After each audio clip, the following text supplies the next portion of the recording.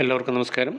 InShot എന്ന mobile application ഉപയോഗിച്ചുകൊണ്ട് video editing ചെയ്യുന്നതിൻ്റെ ഒരു സീരീസാണ് നമ്മളിവിടെ ചർച്ച ചെയ്യുന്നത്. അതിൻ്റെ ആദ്യത്തെ വീഡിയോ ആണിത്.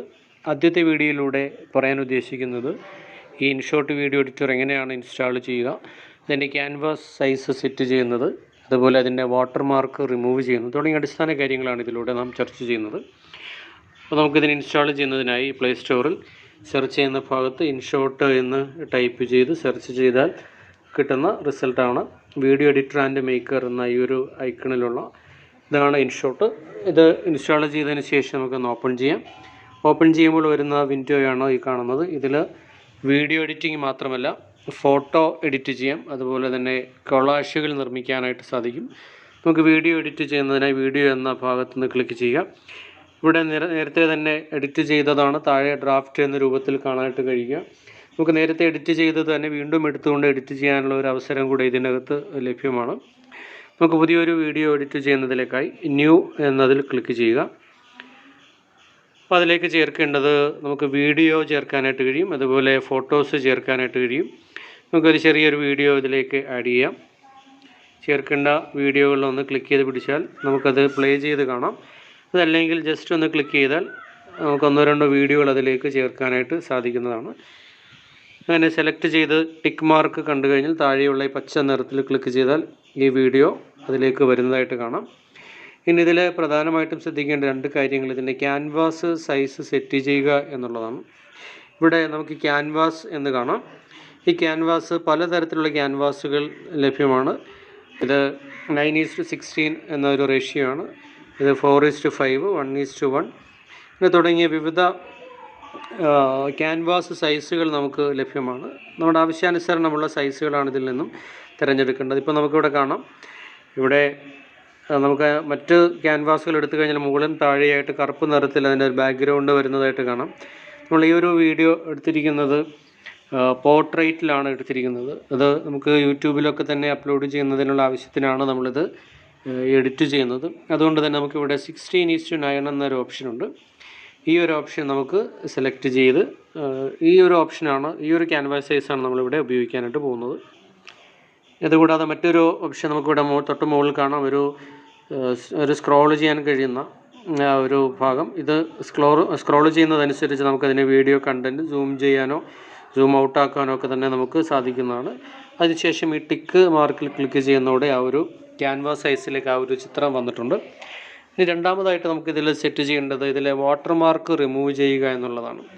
ഒരു വാട്ടർമാർക്ക് കിടക്കുന്നത് സംബന്ധിച്ച് അതൊരു പ്രൊഫഷണലായിട്ട് നമുക്കതൊരു ഫീൽ ചെയ്യില്ല. ഇത് ഏതോ ഒരു മൊബൈൽ വഴി തന്നെ എഡിറ്റ് ചെയ്താണെന്നൊരു തോന്നൽ പെട്ടെന്ന് തന്നെ ഉണ്ടാക്കിയേക്കും. അതുകൊണ്ട് തന്നെ ഈ വാട്ടർമാർക്ക് എപ്പോഴും റിമൂവ് ചെയ്യുന്നതാണ് എപ്പോഴും നല്ലത്. റിമൂവ് ചെയ്യുന്നതിനായി ഇൻഷോട്ടിന് മുകളിലായി ഒരു ഇൻറ്റു മാർക്ക് കാണാം. ഈ ഇൻറ്റു മാർക്കിലൊന്ന് ക്ലിക്ക് ചെയ്ത് കഴിഞ്ഞാൽ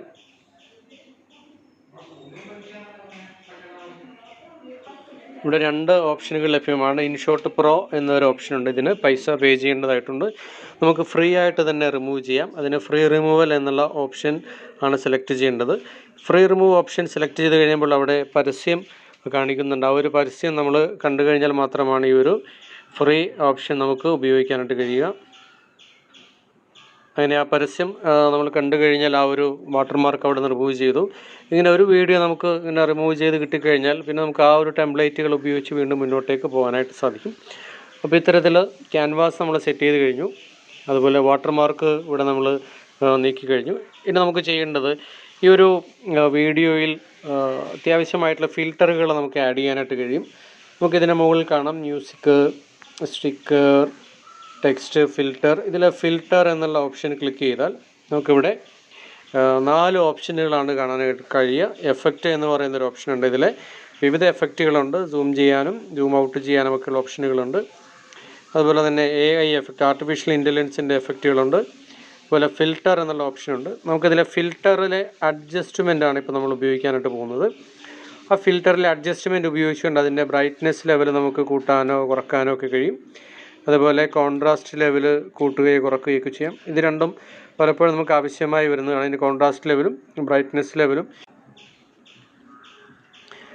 ഇനി മൂന്നാമതായിട്ട് നമുക്ക് പരിചയപ്പെടേണ്ടത് രണ്ട് വീഡിയോകൾ തമ്മിൽ മെർജ് ചെയ്യുന്ന സമയത്ത് അവിടെ ഉണ്ടാകുന്ന എഫക്റ്റുകൾ, ആ എഫക്റ്റുകൾ സെറ്റ് ചെയ്യുന്നതിന് ഇവിടെ നമുക്ക് കാണാം 2 വീഡിയോകൾ ചേരുന്ന ഭാഗത്തൊരു വൈറ്റ് കളറിലൊരു ഭാഗം കാണാം. അതിലൊന്ന് ക്ലിക്ക് ചെയ്താൽ അതിന് ട്രാൻസിഷൻ എന്ന് പറയുന്നത് വീഡിയോ എങ്ങനെയാണ് ഒന്നിൽ നിന്ന് മറ്റൊന്നിലേക്ക് മാറുക എന്നുള്ളതിൻ്റെ ട്രാൻസിഷൻ. ഇവിടെ വിവിധ എഫക്റ്റുകൾ നമുക്ക് കാണാനായിട്ട് സാധിക്കും. അതിൽ അനുയോജ്യമായിട്ടുള്ള ഒരു എഫക്റ്റ് തിരഞ്ഞെടുത്തതിന് ശേഷം അതിൽ വളരെ ലഘുവായിട്ടുള്ള സിമ്പിളായിട്ടുള്ള ഒരു ട്രാൻസിഷൻ കൊടുക്കുന്നതായിരിക്കും നല്ലത്. ഫെയ്ഡ് പോലുള്ള ട്രാൻസിഷനൊക്കെയാണ് വളരെ ഒരു പ്രൊഫഷണൽ ഫീലിംഗ് നമുക്ക് കിട്ടാൻ സാധിക്കുക. അത് നൽകിയതിന് ശേഷം നമുക്കിത് സേവ് ചെയ്യാം. സേവ് എന്നതിൽ ക്ലിക്ക് ചെയ്യുമ്പോൾ ഇവിടെ റെസൊല്യൂഷൻ കാണുന്നുണ്ട്. റെസൊല്യൂഷൻ നമുക്ക് 1080 തൊട്ട് 720 വരെ 4K ഉണ്ട്, 2K ഉണ്ട്. അതിനനുസരിച്ച് തന്നെ ഫയൽ സൈസ് കൂടും. നമുക്ക് അനുയോജ്യമായ 720 തന്നെ മതിയാവും. അതുപോലെ ഫ്രെയിം റേറ്റ് അതും നമുക്ക് ആവശ്യാനുസരണം വ്യത്യാസം വരുത്താനായിട്ട് സാധിക്കും. ഇപ്പോൾ നിലവിൽ 30 FPS തന്നെയാണ് ഡിഫോൾട്ട്. ഇത് സേവ് ബട്ടൺ ക്ലിക്ക് ചെയ്യുന്നതോടെ ഈ ഒരു പ്രവർത്തനം അവസാനിക്കുന്നു.